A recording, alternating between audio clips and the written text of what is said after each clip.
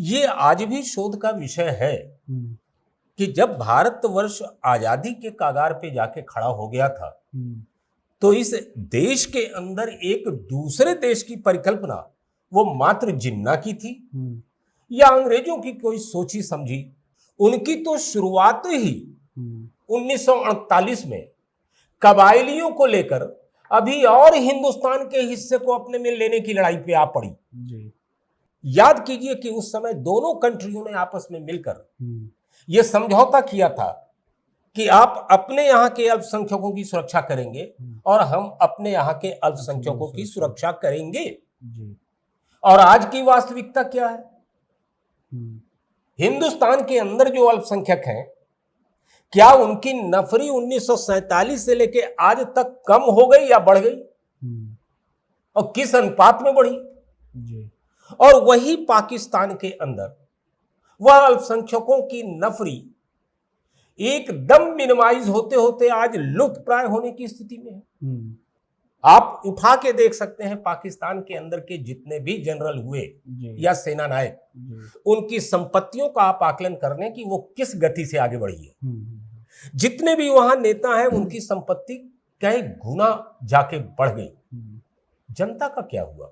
जनता उसी जनता उसी गरीबी और गुर्बती में वो जीती रही। हम्म, और आज की तारीख में हम्म, सुख चैन से देश को आगे बढ़ाने की अपेक्षा आप कश्मीर का राग अलापते हुए जनता को बेवकूफ बनाए हुए हैं। हम्म, अब विडंबना देखिए, कल तक कश्मीर के अंदर एक दृश्य जिसपे हिंदुस्तान के बहुत से नेता खुश हुआ करते थे, हम्म, बहुत दिनों के बाद पाकिस्तान में एक ऐसा लीडर आया है हम्म, जिसकी पॉपुलैरिटी एक क्रिकेट खिलाड़ी के भी रूप में थी हम्म, और एक राजनीतिक रूप में भी है। हम्म, पहली बार पाकिस्तान में देखा जा रहा है कि जनता का आक्रोश हम्म, शहबाज गवर्नमेंट के खिलाफ न होकर, बागीचे में एक ही तरह के फूल नहीं हो सकते, हम्म, जबरदस्ती खिलाने का प्रयास भी मत कीजिए, वो संभव ही नहीं है। और पाकिस्तान वही करने के प्रयास में लगा हुआ है जी, और आज वो बर्बादी के कागार पे जा रहा है। और कमाल की बात देखें कि जो लोग सहायता के लिए हाथ भी बढ़ाए थे, उन्होंने भी हाथ खींच लिया।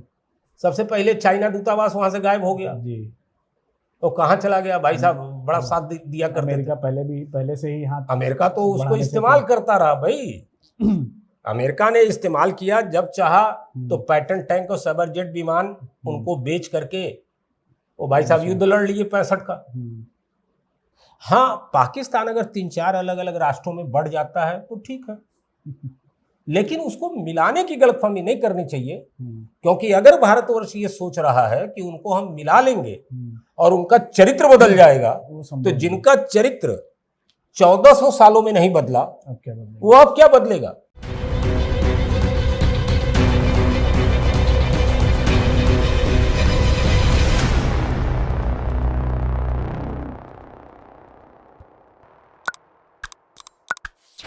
जय हिंद, वंदे मातरम। एक्सपोज टाइम्स में आपका स्वागत है। मैं हूं मुनीश श्रीवास्तव। वीडियो शुरू हो उससे पहले आप सभी दोस्तों से, मित्रों से ये गुजारिश है कि हमारे एक्सपोज टाइम्स को सब्सक्राइब ज़रूर कर लें। वीडियो पसंद आए तो लाइक करें और ज़्यादा से ज़्यादा लोगों तक पहुंचाएं। आज हम बात करेंगे पाकिस्तान की। पाकिस्तान पिछले 2 दिनों से एक अजीब से स्थिति में फंसा हुआ है। पिछले 2 दिनों में पाकिस्तान की जनता पाकिस्तान पर ही हावी हो गई है। पाकिस्तान की जनता सड़कों पे उतरी है। 2 दिन पहले इमरान खान, जो पूर्व प्रधानमंत्री हैं पाकिस्तान के, उनको सेना ने गिरफ्तार कर लिया है किसी भ्रष्टाचार के मामले में। और उसके बाद से जनता सड़कों पे है, उपद्रव कर रही है और वो कुछ हो रहा है, वो कुछ देखने को मिल रहा है जो कभी कश्मीर में देखने को मिलता था। आज हम इसी मुद्दे पे बात करेंगे और पाकिस्तान में ऐसा क्यों हो रहा है और इसके पीछे कारण क्या है, ये जानना बहुत ज़रूरी है। क्या पाकिस्तान गृह युद्ध की ओर बढ़ रहा है? क्या पाकिस्तान टूटने की स्थिति में है? क्योंकि पाकिस्तान में पहले ही अर्थव्यवस्था चौपट हो चुकी है। कंगाली के दौर पे वो खड़ा है और कटोरा लेके वो पूरी दुनिया में भाग रहा है, लेकिन उसकी मदद करने वाला कोई नहीं है सिवाय चीन के, जो अब खुद भी चीन पीछे हट रहा है। तो इस मामले में हम बात करेंगे अपने political editor doctor major Arvind Kumar Singh ji से, जो रक्षा विशेषज्ञ भी हैं, पॉलिटिकल मामलों के जानकार भी हैं। तो आइए बात करते हैं डॉक्टर अरविंद सिंह जी से। सर आपका बहुत बहुत स्वागत है एक बार फिर नमस्कार, से। जय हिंद, वंदे मातरम। मोनेश जी, सर पाकिस्तान में जो हो रहा है आप उससे वाकिफ हैं। 2 दिनों के घटनाक्रम में ऐसा देखने को मिल रहा है कि पाकिस्तान अब गृह युद्ध की तरफ मुहाने पे खड़ा है या शुरू हो चुका है। पाकिस्तान में सर जो कुछ भी हो रहा है उसमें एक सीधा सा सवाल है कि ये क्यों हो रहा है। ये पाकिस्तान वही है जो कभी कश्मीर में ये हरकतें करवाया करता था, आज उसी से दो चार है। गृह युद्ध की स्थिति पे मुहाने पे वो खड़ा है। इसके पीछे का कारण आप क्या देखते हैं, कैसे देखते हैं? मोनेश जी, जय हिंद, वंदे मातरम। और बात की शुरुआत मैं यहाँ से करूँगा कि एक व्यक्ति जीवन भर अपनी शिक्षा दीक्षा से जी जिस चरित्र निर्माण को करता है अपने अंदर, जी उससे ज्यादा वो न तो समाज को कुछ दे सकता है और ना ही वो देश को दे सकता है। जी ये आज भी शोध का विषय है कि जब भारतवर्ष आजादी के कागार पे जाके खड़ा हो गया था तो इस देश के अंदर एक दूसरे देश की परिकल्पना वो मात्र जिन्ना की थी या अंग्रेजों की कोई सोची समझी साजिश थी। बहरहाल इसके पीछे जो भी हो, जी लेकिन इतना तो तय था कि एक व्यक्ति एक ऐसे देश की संरचना की बात कर रहा था जो सिर्फ एक धर्म के ऊपर अवलंबित हो जी और वो हिंदुस्तान के उस हजारों वर्षों के इतिहास को विस्मृत कर रहा था जहां पे यह कौम रहती आई थी, जी चैन से रहती आई थी। और यहां तक कि उस देश के ऊपर मुगलों ने एक लंबे समय तक शासन भी किया था। तो पहला तो शोध का विषय यही है कि आखिर ऐसा क्या कुछ हो गया कि हमें एक धर्म विशेष के आधार पर राष्ट्र की परिकल्पना हमारी थी और हमको वो चाहिए था। बुनियादी गड़बड़ यहीं से होती है और वो आपको मिल भी जाता है। मिल जाने के बाद होना ये चाहिए था कि पाकिस्तान के डेवलपमेंट की बात वहां के नेता सोचते, वहां के विकास की बात सोचते, उसको कैसे विकासशील राष्ट्र से विकसित राष्ट्र में ले जाके खड़ा किया जाए, इसकी कोई परियोजना या योजना उनके दिमागों में होती। लेकिन ऐसा नहीं हुआ। उनकी तो शुरुआत ही 1948 में कबायलियों को लेकर अभी और हिंदुस्तान के हिस्से को अपने में लेने की लड़ाई पे आ पड़ी। आपको अच्छी तरह याद होगा कि किस तरह से पाकिस्तान ने कबायलियों को लेकर कश्मीर के ऊपर अटैक किया और फिर उसके बीच में क्या क्या परिस्थितियां बनी कि महाराज हरि सिंह को भारत सरकार से सहायता लेनी पड़ी। धारा 370 एक पुल का कार्य किया और फिर किस तरह से क्या हुआ, लेकिन इस बीच में उन्होंने कुछ हिस्सा दबा लिया। फिर उसके बाद पाकिस्तान में होता क्या रहा, याद कीजिए कि उस समय दोनों कंट्रियों ने आपस में मिलकर यह समझौता किया था कि आप अपने यहाँ के अल्पसंख्यकों की सुरक्षा करेंगे और हम अपने यहाँ के अल्पसंख्यकों की सुरक्षा करेंगे। और आज की वास्तविकता क्या है? हिंदुस्तान के अंदर जो अल्पसंख्यक हैं, क्या उनकी नफरी 1947 से लेके आज तक कम हो गई या बढ़ गई और किस अनुपात में बढ़ी? और वही पाकिस्तान के अंदर वह अल्पसंख्यकों की नफरी एकदम मिनिमाइज होते होते आज लुप्त प्राय होने की स्थिति में है। तो क्या उनका ये चरित्र नहीं बतला रहा है कि वो किसी अन्य को अपने राष्ट्र में स्थान देने को तैयार नहीं? लेकिन यहां तक भी हो तो चलो बात मैं स्वीकार कर लूं, वो तो अब अपने ही लोगों को अपने राष्ट्र में रहने न देने की शर्तों पे काम कर रहे हैं। उनका जो व्यक्तिगत सोच है राष्ट्र से हटकर, यही पाकिस्तान के गिरावट का सबसे बड़ा कारण है। वहां हर बंदा जो देश का प्राइम मिनिस्टर होके आ रहा है या वो सेना के अंदर कार्य कर रहा है, उसकी राष्ट्रीय सोच नहीं है, बल्कि आप बहुत ध्यान से देखेंगे तो वो उसकी व्यक्तिगत सोच है। और ये मैं तर्कों के आधार पे कह रहा हूं। आप उठा के देख सकते हैं पाकिस्तान के अंदर के जितने भी जनरल हुए या सेना नायक, उनकी संपत्तियों का आप आकलन करने की वो किस गति से आगे बढ़ी है। जितने भी वहां नेता हैं उनकी संपत्ति कई गुना जाके बढ़ गई। जनता का क्या हुआ? जनता उसी गरीबी और गुर्बती में वो जीती रही और आज की तारीख में सुख चैन से देश को आगे बढ़ाने की अपेक्षा आप कश्मीर का राग अलापते हुए जनता को बेवकूफ बनाए हुए हो।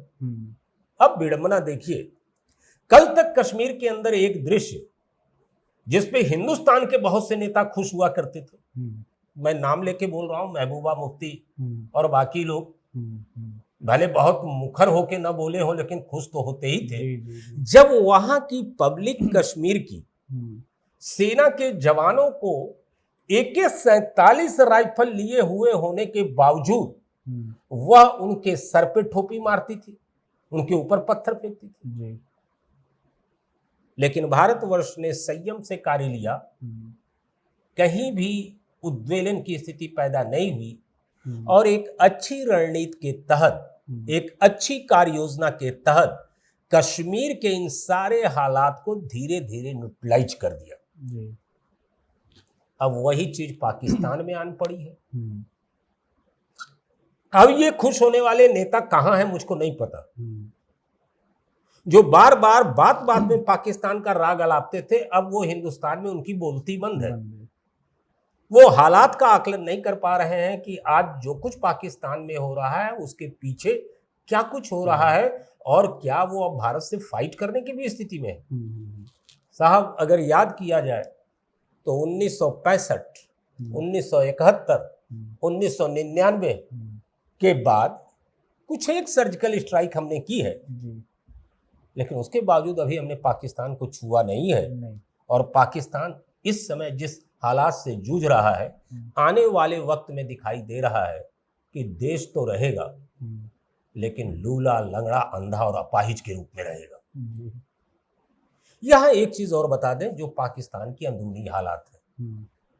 अभी तक सेना जो पाकिस्तान में हावी रही सत्ता पक्ष के ऊपर, यह भी पाकिस्तान के अनडेवलपमेंट होने का बहुत बड़ा कारण है। क्योंकि सेना किसी भी कंट्री के अनुशासनात्मक व्यवस्था को तो बेहतर कर सकती है, लेकिन अगर आप ये सोच रहे हैं कि वो देश बहुत बेहतर चलाएगी, तो पूरी दुनिया में ऐसा एक भी एग्जाम्पल दिखाई नहीं देता है। तख्ता पलट कर सकती है, जनता की बगावत को दबा सकती है, लेकिन वो ऐसी कार्य योजनाएं लेके आए कोई सेना नायक और पूरे देश को ले जाके विकसित राष्ट्र की श्रेणी पे पहुंचा दे, ऐसा तो कोई एग्जाम्पल नहीं है। चाहे वो रशिया हो, चाहे अमेरिका हो, वहां भी सेना लोकतंत्र की सहायक है, न कि लोकतंत्र पे हावी है। ये बात समझना पड़ेगा। लेकिन पाकिस्तान में इसका जस्ट उल्टा है। ये कहा जा सकता है सर कि पाकिस्तान के लोकतंत्र की बर्बादी का सबसे बड़ा कारण सेना है। हाँ, सेना है, लेकिन उससे ज्यादा दोष वहां की जनता को है। जनता को क्यों मैं दोष दे रहा हूं? आपने अभी तक इन सब चीजों को बर्दाश्त किया।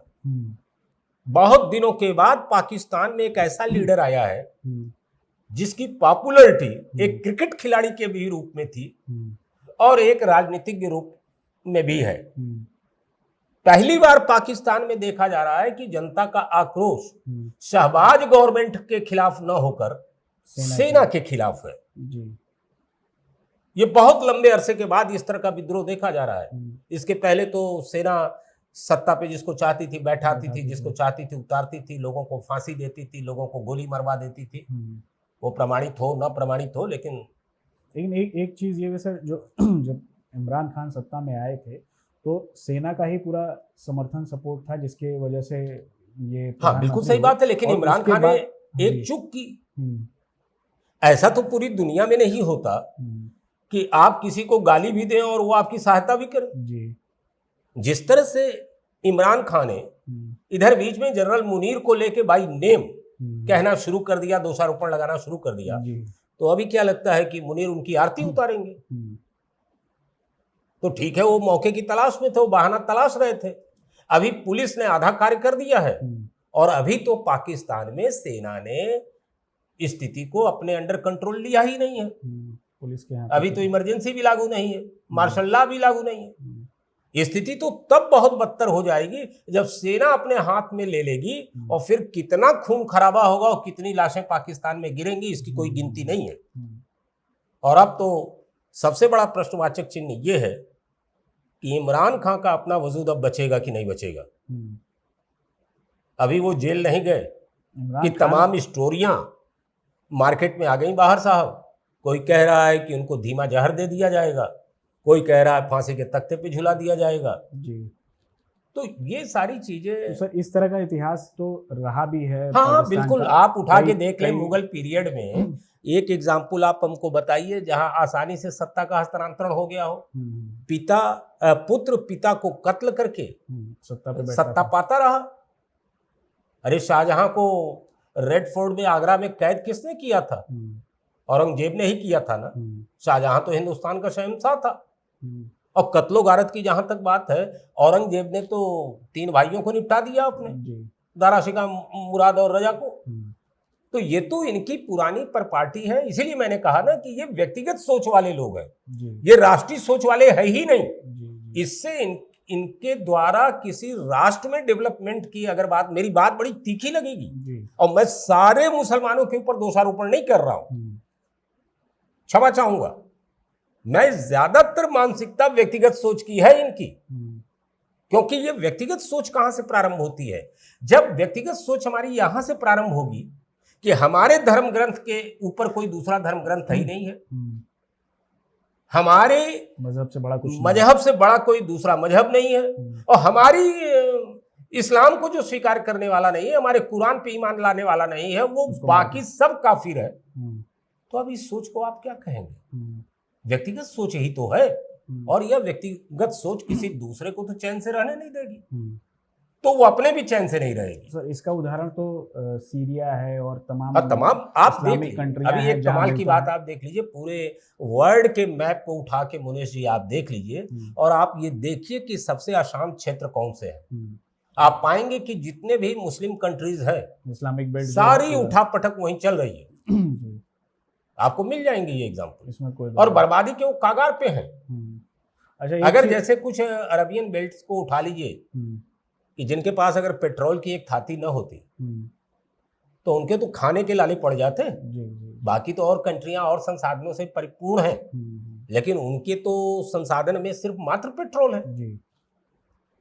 तो ये स्थिति है, और इसके लिए जब तक कोई बहुआयामी सोच का लीडर पाकिस्तान की गद्दी पे नहीं बैठेगा, जब तक जनता फुल्ली उसको सपोर्ट नहीं देगी, और जब तक यह कानून के अंदर प्राविधान नहीं किया जाएगा कि सेना का पॉलिटिक्स से कोई लेना देना नहीं है। आज भारतवर्ष के संघीय ढांचे को आप देख लीजिए, कोई भी सेना नायक बगावत की बात नहीं सोच सकता, क्योंकि इसका ढांचा ही ऐसा बनाया गया है।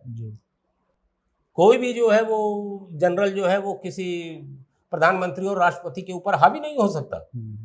लेकिन पाकिस्तान में तो इसका जस्ट उल्टा है, वो जब चाहे तख्ता पलट दें। सर एक चीज़ जैसे आपने बताया कि तख्ता पलट वाली बात होती रही है, और ये पहले भी हुआ है, जैसे सोहरावर्दी, भुट्टो, बेनज़ीर भुट्टो, नवाज शरीफ, लंबी श्रृंखला है, लंबी फहरिस्त है, जो सत्ता परिवर्तन होता है, फिर इनको जेल में ठूस दिया जाता है, इनके ऊपर तमाम तरह के धाराएं लगा के मतलब इनकी हत्या तक की साजिश होती है। उसमें 1-2 प्रधानमंत्री ऐसे हैं जिनको मार भी दिया जाता है। ये जो इतिहास पाकिस्तान का रहा है, इसको आप कैसे देखते हैं? क्या इसके लिए सिर्फ और सिर्फ पाकिस्तान की सेना जिम्मेदार है? देखिए, फिर वही बात है, व्यक्तिगत सोच वाला व्यक्ति अपनी जान जाने के डर से बहुत डरेगा। इसलिए पूरी दुनिया में एकमात्र पाकिस्तान है जहां के ज्यादातर राजनेता देश छोड़ के भाग गए। जी। अगर जनरल परवेज मुशर्रफ जैसा व्यक्ति देश छोड़ के भाग रहा है, जो सेना का जनरल था, तानाशाह था के तौर पे जाना, उसको भी अपने जान का डर है। वो जान रहा है कि जान जाने से कम पे यहाँ बात ही नहीं होगी। वो भारत का छोड़ दीजिए कि भारतवर्ष में तो साहब 45 साल 46 साल तक तो मुकदमा ही चलेगा, तब तक तो आप अपनी जिंदगी जी ही लेंगे। वहां तो तत्काल वो फांसी पे लटका देंगे। तो ऐसी सूरत में वहां की जड़ें लोकतंत्र की कभी मजबूत हुई ही नहीं, वो बुनियाद ही गलत थी। गजवाए हिंद पे पाकिस्तान जैसे इस्लामिक राष्ट्र की बुनियाद कर रखा जाना उसकी बर्बादी का सबसे बड़ा कारण है। बागीचे में एक ही तरह के फूल नहीं हो सकते, जबरदस्ती खिलाने का प्रयास भी मत कीजिए, वो संभव ही नहीं है। और पाकिस्तान वही करने के प्रयास में लगा हुआ है, और आज वो बर्बादी के कागार पे जा रहा है। और कमाल की बात देखिए कि जो लोग सहायता के लिए हाथ भी बढ़ाए थे, उन्होंने भी हाथ खींच लिया। सबसे पहले चाइना दूतावास वहां से गायब हो गया, वो कहाँ चला गया भाई साहब, बड़ा साथ दिया करते थे। अमेरिका पहले से ही हाथ अमेरिका तो उसको बढ़ाने से इस्तेमाल करता रहा भाई। अमेरिका ने इस्तेमाल किया, जब चाहा तो पैटर्न टैंक और सबरजेट विमान उनको बेच करके वो भाई साहब युद्ध लड़ लिए 65 का। तो जो युद्ध लड़े थे 1965 का, वो क्या अपने देश में निर्मित हथियारों से लड़े थे? वो तो अमेरिका भाई साहब ने दिया था, खरीदे थे और लड़े थे और डिफीट खा गए। तो एक बात तो साबित हो गई कि अमेरिका का हथियार भी भारतवर्ष से सर्वश्रेष्ठ नहीं था। हमारे लड़ाके ज्यादा हावी हुए उनके ऊपर। अब तो भारत मैन्युफैक्चर कर रहा है, हम तो पूरी दुनिया को अब हथियार बेचने की स्थिति में है। और आप देख लीजिए कि एक ही समय में आजाद हुए दो राष्ट्र, आज भारतवर्ष की कहानी कहां से कहां जाके पहुंची है, और दूसरी तरफ पाकिस्तान है, उसकी कहानी कहां से कहां जाके पहुंची है। उसका बुनियादी फर्क समझिए। एक तरफ लोगों का ये समझ लेना कि ये बंदा बहुत अच्छा क्रिकेट खेलता है, बड़ी पॉपुलैरिटी है, इसको ले आके अगर हम बना देते हैं प्राइम मिनिस्टर, ये अच्छा काम करेगा, ये बहुत अच्छा काम करेगा। तो उदाहरण के तौर पे आप समझ लीजिए, जैसे जेलेंस्की साहब हैं सर, मैं यूक्रेन के, उसी पे आ रहा था। एक कॉमेडियन के हाथ में दे दी गई सत्ता यूक्रेन की, और पूरा का पूरा यूक्रेन बर्बादी के कगार पे है। और मामला क्या है जरा समझिए। अगर यूक्रेन मात्र इतना कह देता कि मैं नाटो देश में नहीं रहूंगा, तो क्या सारे नाटो देश मिलकर यूक्रेन पे हमला कर देते क्या? नहीं। लेकिन उसकी रसा से दोस्ती बढ़ जाती और रसा उसके डेवलपमेंट में सहायक होता। लेकिन एक झूठा अहंकार, उसमें पूरा हमारी सोच कंट्री के खिलाफ साथ होनी चाहिए, कंट्री का डेवलपमेंट कैसे हो, और आज पूरा का पूरा यूक्रेन एक कब्रिस्तान के रूप में तब्दील हो चुका है। जब तक सुटेबल व्यक्ति एक अच्छी कार्य योजना लेके सत्ता के शीर्ष पे नहीं आएगा, तो देश का पराभव होगा। उदाहरण के तौर पे, इसको कहने में मुझे हिचक भी नहीं है, हमारे देश के अंदर एक ऐसा बंदा जो 4 टाइम चीफ मिनिस्टर रहा गुजरात का, प्रशासन को, सत्ता को चलाने का 4 टाइम का मतलब हो गया कि 20 वर्षों का अनुभव उसके पास है, और 20 वर्षों का अनुभव लेके वो आता है सत्ता के शीर्ष पे, वो प्राइम मिनिस्टर बनता है।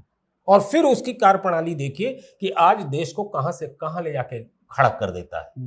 आप आलोचनाएं जितनी कर ले, लेकिन हम अपने आसपास के परिवेश में हुए डेवलपमेंट से आंखें नहीं मूंद सकते। हम लोग काशी के रहने वाले, हम यहाँ डेवलपमेंट देख रहे हैं, हम कैसे नकार दें अपने प्राइम मिनिस्टर को? पूरी दुनिया में उसकी जो पॉपुलैरिटी है, आपके नकारने से, हमारे नकारने से उसकी पॉपुलैरिटी नकारी नहीं जा सकती पूरी दुनिया में।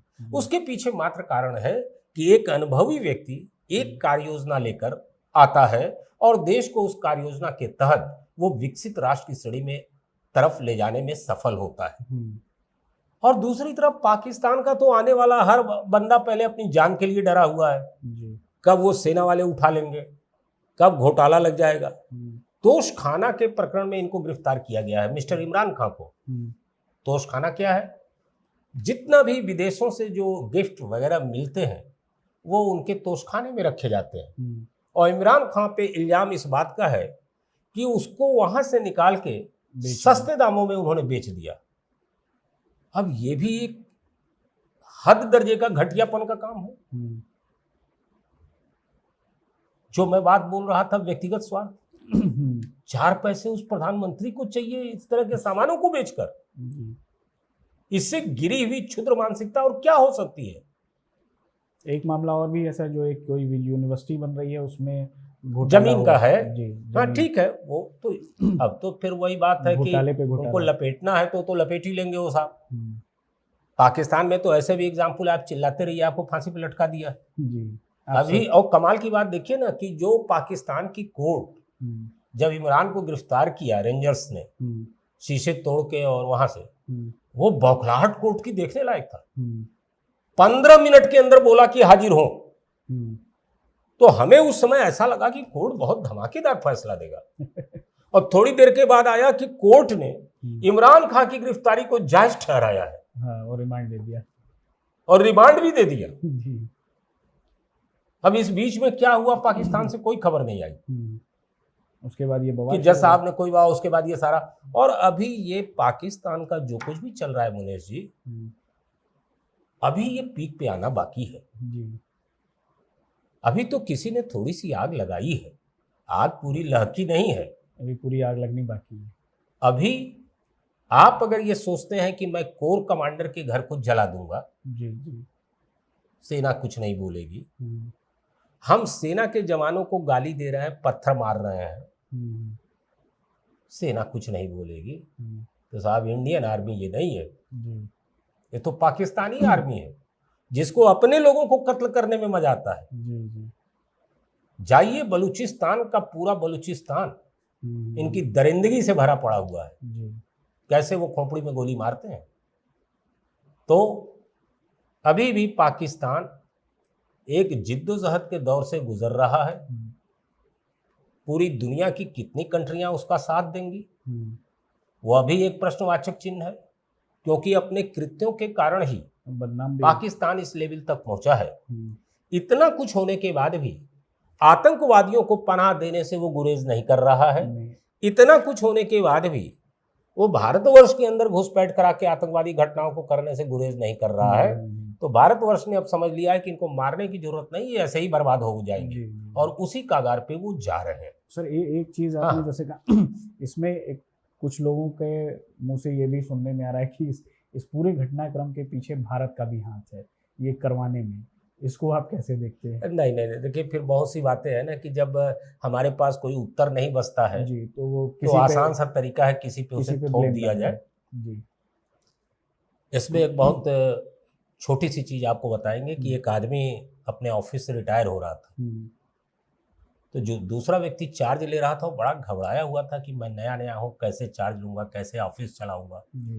तो उस आदमी के पास गया, उसने कहा सर मुझे बड़ा डर लग रहा है, आप तो जा रहे हैं, अनुभवी व्यक्ति थे, मैं कैसे चलाऊंगा। तो उस व्यक्ति ने कहा कि बिल्कुल घबराओ नहीं, मैंने 2 लिफाफे बना के अलमारी में रख दिए हैं, जब भी मुसीबत में पड़ना उस लिफाफे को खोल के देख लेना। तो उसने कहा कि 2 लिफाफे में सर पूरी नौकरी। तो उसने कहा कि नहीं, तीसरे की जरूरत ही नहीं पड़ेगी, 2 ही में तुम्हारी नौकरी हो जाएगी पूरी। बात आई गई हो गई। कुछ समय के बाद वो बहुत मुश्किल में फंसा, उसे लगा कि अब मेरी नौकरी चली जाएगी, मेरे पे कार्रवाई हो जाएगी। तो याद आया वो 2 लिफाफे। तो उसने जाके लिफाफा नंबर 1 खोला, तो उसमें लिखा था कि अपनी सारी गलती नीचे वालों पे डाल दो, और वो बच निकला।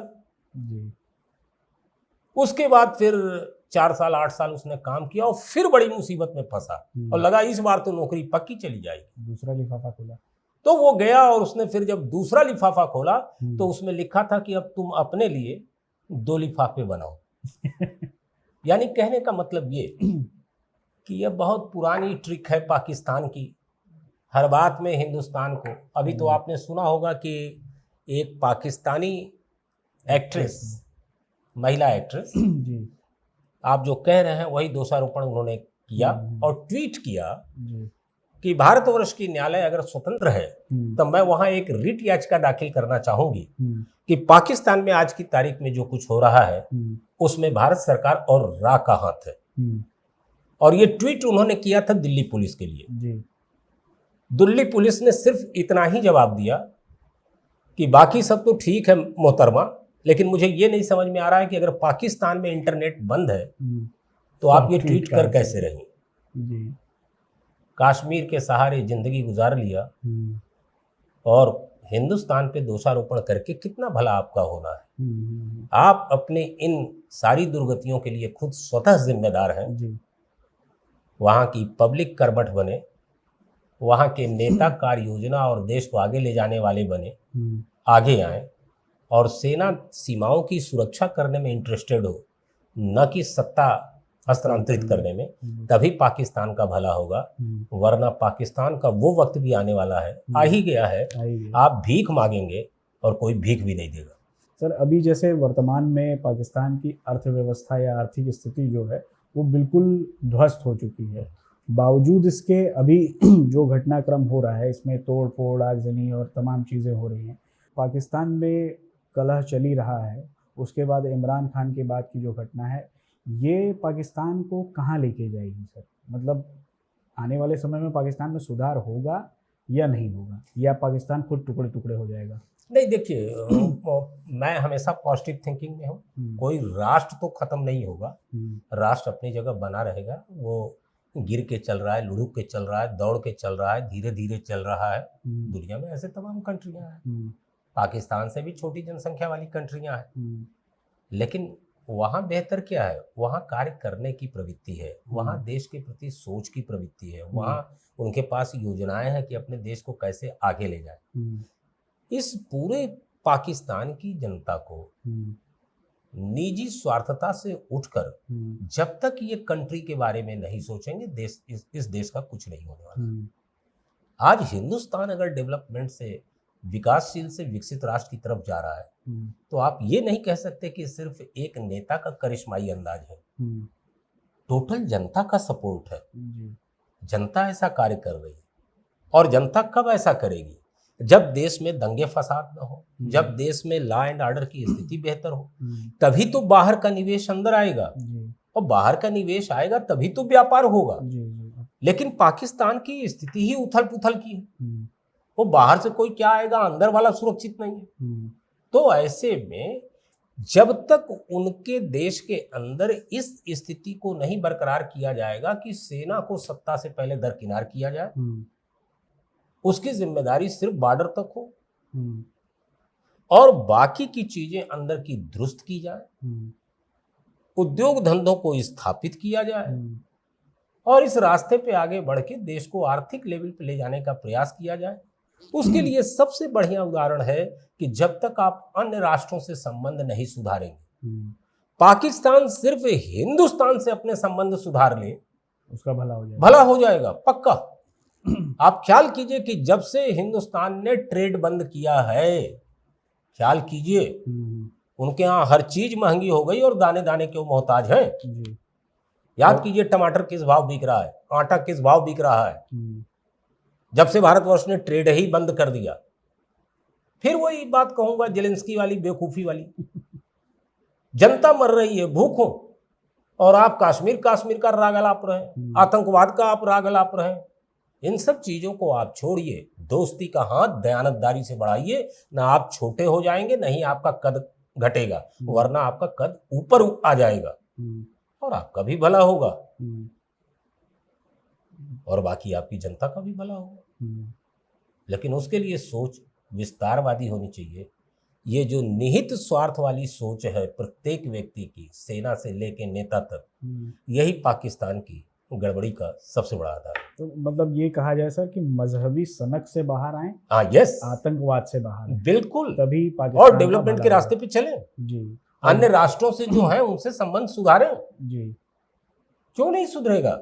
कौन सी ऐसी समस्या है जिसका समाधान नहीं है? लेकिन आप तो समस्या के समाधान करता न होके आप समस्या बने हुए हैं खुद अपने आप में, पूरी दुनिया के लिए बने हैं। अब मार खाते रहेंगे और धमकी। अरे आप किसी देश में आतंकवाद की घटना कराएंगे, वो देश आपकी आरती उतारेगा जी। अभी तो भारत अगर देखा जाए बहुत संयम से काम ले रहा है, वरना ही सबसे सुटेबल टाइम है जी इनके ऊपर कार्रवाई करने का। लेकिन भारत इस तरह की हरकत नहीं करेगा। लेकिन देखा जाए तो दूसरी कोई कंट्री होती तो उसके लिए तो सबसे सुटेबल टाइम था, मौका था वो। बिल्कुल। और यहाँ एक चीज और कह दें, बहुत से लोग कुछ खामख्याली में मुनेश जी हैं कि अखंड भारत की परिकल्पना और ये मिला लेना चाहिए, वो मिला लेना चाहिए। मैं इस विचारधारा से बिल्कुल मुतासिर नहीं हूँ। मेरा ये मानना है ये बहुत आत्मघाती है। अरे भाई, कोई बड़ा परिवार हो जाता है तो उसके कुशल संचालन के लिए उसे छोटे भागों में बंटना आवश्यक होता है, तभी सब सुख चैन से रहेंगे। हमारे पास जितना है उसी में सुख चैन से रहें। हाँ, पाकिस्तान अगर 3-4 अलग अलग राष्ट्रों में बढ़ जाता है तो ठीक है, लेकिन उसको मिलाने की गलतफहमी नहीं करनी चाहिए। क्योंकि अगर भारतवर्ष ये सोच रहा है कि उनको हम मिला लेंगे और उनका चरित्र बदल जाएगा, तो जिनका चरित्र 1400 सालों में नहीं बदला, वो अब क्या बदलेगा? तो वो नई मुसीबत खड़ी कर देंगे हमारे लिए। तो भाई ठीक है, बांग्लादेश की तरह तुम किनारे रहो, जो मन में आए उठा पटक करते रहो, कदम ताल करते रहो। और उस तरह का खतरा भारत में पहले से मौजूद भी है। हाँ, निश्चित तौर पे हम जूझ रहे हैं उससे। आज हम कश्मीर के हालात को जैसे न्यूट्रलाइज किए इतने दिनों में आके, आज यूपी दंगा रहित हो गया। कर कौन रहा था ये सब? नाम लेने की आवश्यकता नहीं है। आज से कुछ समय पहले आप चले जाएं, हिंदुस्तान का कौन सा ऐसा शहर था जहां बम विस्फोट नहीं होते थे? आज की तारीख में कोई खबरें नहीं आती।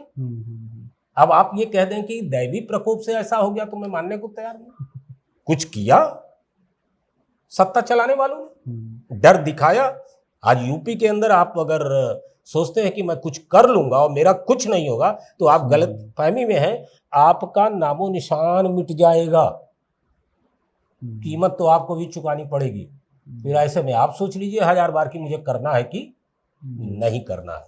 जी सही कहा सर आपने, बहुत बहुत धन्यवाद। आपने काफ़ी चीज़ें पाकिस्तान के बारे में और सारी जो मजहबी कट्टरता उनकी बर्बादी का कारण बन रहा है, आतंकवाद जो उनकी बर्बादी का कारण बन रहा है, इससे जब तक पाकिस्तान उभरेगा नहीं तब तक भारत का भी समर्थन उसे नहीं मिल पाएगा। और वैश्विक स्तर पर पाकिस्तान कंगाल भी हो चुका है, जाके मदद मांग रहा है लेकिन कोई मदद करने वाला नहीं है। और आज पाकिस्तान की ये स्थिति है कि वो गृह कलह से जूझ रहा है। तो ये सारी बातें हमने की और आप तक ये मैसेज पहुंचा होगा कि पाकिस्तान आज किस स्थिति में है और उसका भारत पे क्या असर है। तो मिलते हैं अगले एपिसोड में, तब तक के लिए धन्यवाद, नमस्कार, जय हिंद।